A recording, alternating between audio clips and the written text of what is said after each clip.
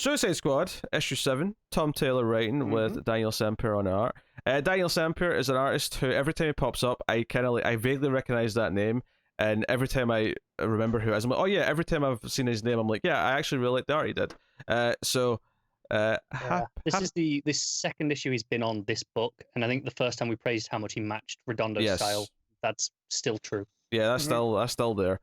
Because he was in like a one shot or maybe a fill-in issue on something like a few years ago on this show that we talked about, and it was like, hey, that was actually really good. And the next time he popped up, I was like, oh, that was that guy who was really good for that one issue. So I feel like it might have been like a Snyder Justice League issue. Yeah, may have been. But no, I think it was earlier than that. I think the first time it popped up was even before Snyder was on Justice League. But regardless, this is a Deadshot focused issue, and it's him going home. And there's a little prelude with Ted Cord, who basically is just given the order to hunt down this Suicide Squad, hunt down the revolutionaries because they're bad for business. He seems really evil in this scene, Matt. I don't know how you're feeling. Okay, so you say evil, right? I'm thinking he's got. I wouldn't say evil. It's this. I guess it would make it evil. It's like an emotionless pragmatism, I guess. Because it's not Luthor X. That's what I was going to point out. Is this is a new on the spectrum of rich bad guy, right? Where you have Luthor, who's kind of maniacal and rich and doing that. This is not the same here because I feel there is some stuff here that Ted does feel bad about. Like you get to that second page, and his face in the shadows. It looks very concerned. Yeah, there's concern guilty, there. Maybe. Yeah. Do you know what is bizarre is that this week we have just suddenly been thrown back to the mid 2000s because we've got Ted Cord and Max Lord in the same week. Ted Cord, Max Lord, and Deadshot rocking something. Like, yeah, it's very mid 2000s. So yeah, even just the title on this book. I mean, it usually ends up being good, but I really liked it in this one. It's the sort of it's Deadshot standing outside his house, inside the text of the Suicide Squad. Still got a little dog with him. Yeah, a little dog with him. And he goes up, and he's expecting his daughter to be, because his narration is very, like, he's like, oh, okay, you're probably going to reject me, whatever. And then she immediately is like, Dad, and hugs him. Full page spread, beautiful stuff. Like I said, the art's really good, so it all sells this. Do you know what this makes me want? And obviously, Deadshot's up, as far as and they've revealed this, so this isn't a spoiler per se, even though it technically is. But Deadshot's at least seemingly dying soon. So this book is somewhat cruel, and then it makes me like him in a sympathetic way a lot more. Yeah. But it also made me want I'm like, can I get my Hawkeye series with Deadshot and his daughter? Yeah, that's what I want now. So, especially by the end of this. But on that Deadshot future, as soon as that was announced, we all went, yeah, whatever. And then last issue was like, oh, they're trying to do something with Deadshot here. And then this issue, I'm like, God damn it, they might actually be doing this. They're making us care. I don't know. I feel there's a swerve. I don't like Taylor. There's a good chance. There's a good chance there's a swerve. Is sadistic. But is he that sadistic? I feel like they're probably going to operate under the pretense that he's dead for a while, and then there might be a swerve where, oh no, it was all a fake, so they could outsmart Ted Cord or something. Like, we don't know from the off though. I believe the emotion will land hard in a way I would not have predicted, 3 issues ago. Yeah. So real quick on Sampier, some of the stuff that he worked on, that he was on Batgirl number 19. Okay. He was on Green Arrow 36 and 39. There you go. And then they have him listed for Justice League, the Sixth Dimension, but I'm not seeing okay, there it is. Justice League 38, 39. Okay, so it was some of Snyder. At least and 33. Yeah. Obviously there was stuff before that. But that was obviously where it was stuck in my memory, where it finally clicked to me who he was on a repeated basis, I guess. Right. But for me and you, Connor, he's done Justice League Dark as well. He did 5 and 6, and I'm trying to find the other issues. But yeah, 5, 6, yeah, so part of the last Commander. He seems to be a regular go-to fill-in artist, which is how a lot of artists start off, because obviously you don't get a full gig straight away usually. But he's also done a great job of matching the tone of the series. Yeah, as fill-in artist go, he's pretty solid. I can tell that him and Taylor have a good relationship because he's also done a lot of Injustice too. That was Taylor, right? Yeah. Mhm. Yeah. Yeah. So he's done. There's a lot listed here. So I mean, clearly he likes working with him, and the feeling's probably mutual. But Yeah. more Sampier, I'm fine with because like As that much as his page. work here is great, I think we do need to create. I think the inker and the colorist, I think, are the same across, so Oh, they make it a Yeah. great job of keeping it consistent. Yeah. So did anybody else get Carl Urban vibes from Deadshot in this issue? I didn't I think can of see that, it. but I could see what you're saying that. Yeah. We get obviously the ex is kind of talking to him and he's like, nah, I think I'm out of that life, but I don't know what to do yet. So he's not good at anything else. I like the line where you're having a hard time choosing between murder and upskilling. Yeah. It's good. But what I loved about this though is that when he goes to see his daughter and she's like, hey, check this out, Dad, and she's got this costume, so I'm going to be called Live Shock. I don't want to kill anyone, but I want to be like a a new version of you kind of thing. I got big Gabby vibes. Oh from sure. her here. Yeah, one of my I favorite can see that. bits on this page is actually a really small moment where she's like, "I've been winning a lot of archery competitions," Yeah. and he just looks around and he's seeing the dartboard and they're all on the bullseye, Yeah. and he's just admiring that as well. He's like, "Oh, Yeah. okay." Well, yeah, what I like about this is that I love the secrecy where he's like, if your mum sees that you're like inspired by me, she's going to freak out. Like you have to change your clothes quick. Like I love that. That really made me laugh at the end of the page when the Yeah. mum shouts up. But of course, Deadshot's on the news with the revolutionaries. They're wanted as escaped criminals, and we know he's been pardoned. He knows he's been pardoned, but obviously this makes him look like a bit of a liar. So Yeah, and he's like, "Damn it, I should have known that it wouldn't stick." And my favorite bit is like, he's like, "None of that's true." So you didn't kill anyone? I killed one guy. But he started it. yes, he started Like, it. Which, by the way, I don't know when this happened, but his daughter put the dog into a superhero suit as well. costume. I assume she did it while he goes down to talk to her, Right. to talk to the mother in Yeah. this sequence, and she stays Goggles and a upstairs. cape. Yes.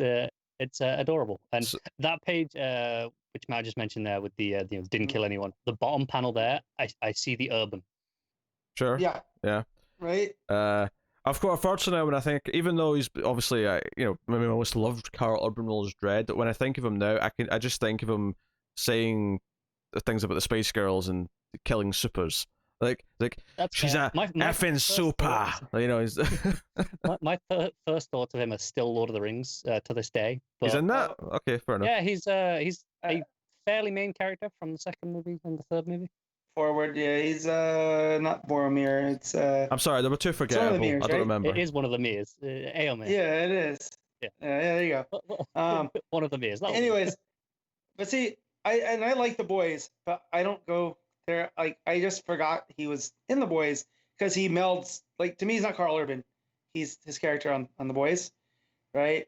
But some of these lines, when I realized, like, oh, this could be Carl Urban, I was reading as McCoy from Star Trek. So because there's this put uponness, like none of that's true. Okay, I killed one guy, but he started it. Like there was just there was can a see that pattern in to I Yes. feel like if we're McCoy going to pick delivery. a Carl Urban voice that was best suited to Deadshot, I mean, Dread's Mhm. probably the closest because it's so gruff and just like, yeah. No, yeah, I but get where Matt's coming Floyd's from. not I like the emotionless. Yeah, I like the idea of him being more McCoy than Dredd, being like, no, he's kind of a normal guy in a lot of Okay. ways. I could He's see it. not that scary Uh, just to talk. But to. anyway, so the police are outside, or the feds, or whoever, and he's pulling out his guns, and then his daughter's behind him, and he's like, damn it. Okay, so we see him surrender. It's a great page cut where he's out with his hands up, and they're still being very rough with him, and he's saying, "Hey, like, I'm not fighting back. Like, there's no need to like be." And then his daughter, like a true hero, arrows one of them in the knee, and then they point their guns at her. By the way, great full page spread. I think this is what really sometimes, like, when it comes to like, the theory, like the theory behind art, like like in movies I'd call this the cinematography, but like this idea of cutting to a full page panel of her in this ridiculous like cheap costume that she's made after this makes it almost feel more endearing that she just did it, that she was willing to like do this. Yeah, and it's moments like this that you're getting those Gabby vibes. Or, Yeah. the Hawkeye series with her kind of being Kate in many ways. So there's this great tense moment where the guys, the SWAT guy's got his gun pointed at the daughter, and you can see the trigger. It's like he's going to do it, and Floyd knows he's going to do it, so he has to go into fight mode. But even once he starts fighting, he's like, no, she's watching, no killing. So I love that even the guy is terrified. He doesn't want to pull the trigger. He's like, please drop the gun. You can see the sweat coming down in the mask in the eyes, just the bit that you can see. Yeah, and he's like, please don't make me shoot. I love the art though, in the following page where it's just all the little panels of all the places that he's shooting, where you can see the kneecaps, the hands, the shoulders. Like it's all these. Like he's still very precise because he's Deadshot, but he's precise in a non-lethal way here, which is kind of wonderful. Well, and I like the emphasis too on that right before when he pulls the gun out of the guy's holster, like the way that it creates an arrow, like the panel, to show like it zooms in. That's super cool, and then you get kind of more of that with what Pete was just talking about. Mike. Yeah, and even just her, like, then joining in with the arrows, like to sort of save him at one point. It's really like, damn, she's actually really good. Now, I've always liked Deadshot as a character. I've always enjoyed Deadshot. I think this run is making me kind of love Deadshot as a character. Deadshot's always been one that I'd say liked, even feels generous. I've been accepting of Deadshot. I've been open to Deadshot. Yeah, he's a fine part of whatever he's in. Usually, he's a fine addition on the team or whatever.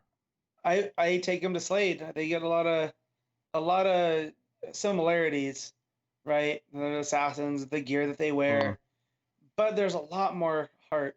And that might just be because I first became familiar with him from Secret Six, and the way that Gale wrote him there. Was, I mean, as far back as I remember reading, him here, it's been that stuff with his daughter has been a driving motivation, which has always given him much more attachment to the world than Slade. I will say this though, that's instantly made his daughter more of a character. Therefore, his motivation of his daughter has a lot more weight to it all of a sudden. Now, obviously, I've not read everything Deadshot's ever been in, so there's a good chance that there's been other attempts to actually make his daughter more of an actual presence, but this was a really good attempt at doing that. And I think the comparison to Deathstroke's really interesting because it shows how different how they are with their kids. Because Deathstroke with his kids is this, like, okay, there's kind of a, like, good quality at times with it, but it's this very malicious, kind of manipulating. Militaristic. Yeah. It's manipulative, whereas Deadshot is like, no, I just want a better life for her. Yeah, there's a genuine kind of, it's almost like a cheesier, more straightforward thing, but there is kind of an endearing quality to Deadshot, just like, I'm this killer, but I'm not going to do it in front of my kid. I'm not doing it in front of her. It's just not happening. And that's not to say there's anything wrong with Slade in this context either. I actually like them being different and having those different attitudes. That's not a fault. I think it makes me very much easier to root for Deadshot, though, as opposed, because, Deadshot's kind of the heart of gold almost, right? Kind of thing, despite everything he does, which makes him more interesting. So whereas Deathstroke has the weird complex moral grey area thing going on. Yeah, I just remember at the end of the first story or the first arc of Secret Six, stuff happens. I don't want to spoil it. People should go and read that. Yeah, I still need to read that myself. Yeah, there's a moment where Deadshot has to admit to something, and there is a twinge of guilt. Because he knows that what he did was wrong, but he still had to do it because of other things at risk. Probably his daughter, if I remember correctly.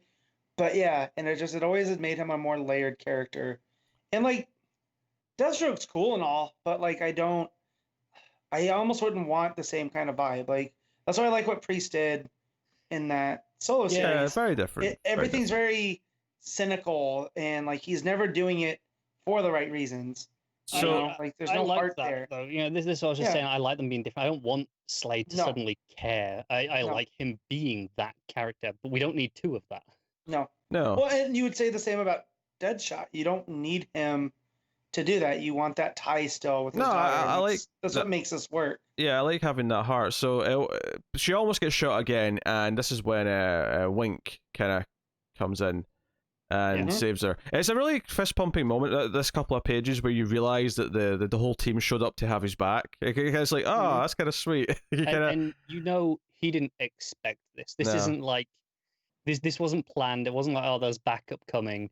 This is just like his friends appeared, and as I don't know if it was Wink or Airy puts it to his daughter that he didn't even know he had friends. Yes, no, Yeah. I like that a lot. I think the idea that they had his back when there was no reason for them to have his back is, I think, something that maybe might inspire him a little bit. I love the coloring, by the way, in the clouds when Wink takes her up out of the sky. Oh, it's gorgeous, isn't it? The purples, the yellows, and the reds. really pretty. And then, of course, the team show up. Fun stuff, and it's very quickly they de-escalate the situation. Deep Six, is that his name? I'm still learning all these. No, Deadly Six. Deadly Six. Deadly Six. Okay, Which again, I appreciate. They put all the names on as soon as they all appeared. This is something that they know that crazy. This is a lot of characters for us to get used to and learning names, and I feel like I'm remembering who they each are in terms of personality, but I'm forgetting their names between most issues. So I appreciate this. I'm pretty good with Wink and Airy and Chaos Kitten. Chaos Kitten, I remember. I think I'm starting to get Osita because she's kind of the leader, but Osita's the big, the big lady. But then like Thylacine, that one's not that hard to remember. That's the not Wolverine. It's more just if you asked me before I read this issue, it's been a month or so since we've read the previous one, and goes right, describe one of their powers and say what's their name. Like if you'd gone, okay, the leader, the big woman, would I have got Osita? Honestly, probably not. No. As I'm reading it, and you say Osita, I'm like, okay, I know exactly who that is. And in 2 weeks, I still might not get it, to be honest. This is why I appreciate them putting the names in there every issue. And here, you guys will never forget Osita now, because I'm going to tell you, it means Lady Bear. So, of course, you know that, Matt. Yeah. All right, so Deadly Six gets rid of the little SWAT team by making them all greedy, so they all run for their lives. Yeah, self-preservation. Yeah, so that hug at the bottom of the page with Deadshot and his daughter is great. But Deadshot's like, okay, I trusted the pardon. I shouldn't have, so therefore I'm going to have to take care of this and do something about it. So the final page is him sort of leading the team, as it were, with the line, "It's time to kill the Suicide Squad." So taken to the fight to Ted Kord. So maybe some actual confrontation with Kord, and maybe get some kind of inkling as to why he's doing what he's doing next issue. Also, I know we're getting the Airy and Wink origin stuff next issue. Yep. Okay. Which is interesting. Which I don't know if you guys are staying up to date with Hope at World's End. I haven't read the last one yet. I haven't read the last one or two. They factor prominently into this week's one that came out. So it's pretty cool that you can tell he has a lot planned with these characters. He really likes them. That's they're good characters. Well, yeah. But I mean, it's interesting he put those two in versus, let's say, Osita and Deadly Six, right? Like, also Deadshot going to his old school look, kind of more the helmet-y. Yeah. Very, very this almost... was what was lying around in the house. Yeah. And I like the idea that it was at his house, but he hasn't been at his house for so long.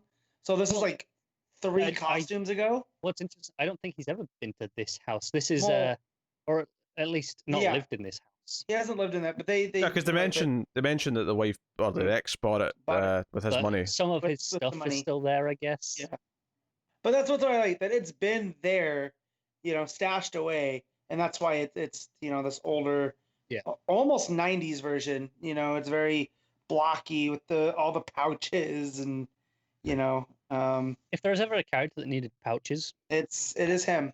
Yeah. Well, he's got to carry all the extra ammo. You see, it's well, exactly. and we kind of skipped over it with Ted, I think, where the conversation he has, they have somebody that they refer to as her. Yes. At the beginning, before he gets onto the plane, and kind of hint that they have someone within the squad that's kind of like a sleeper. I didn't, because there's no way they can know about the girl, and they go, no, there's no digital record of it, and she's waiting for I didn't get in a cell. Yeah, I didn't get sleeper from this either. I got he's got some secret person for whatever reason. Like, I don't know. I would not be surprised if it's like Ariel Wink's mother or something like that. Mm-hmm. Something along those lines. So maybe I'm getting something. Wait, it wasn't from the solicits. Wait, wasn't I remember reading one of the solicits that says something about he's someone within there. Wait, didn't Osita have wasn't her backstory with a sister or something like that? It was her significant other. Oh yeah, you're right. They got killed by the Suicide Squad when they were trying to bring him in. I'm suggesting they're going to pull a twist here where someone who we thought was dead is alive, but no. No, I took this more that Ted's got someone secretive that he doesn't want anyone to know about, and luckily they'd keep her off record, so no. So I took it as something he has somewhere else rather than someone on the team. But I mean, I could be wrong, but that's the way I read it. No, Well, no, he actively says she's waiting on the island for you. Oh, to there you go. secure Yeah, yourself. there you go. Right. Yeah.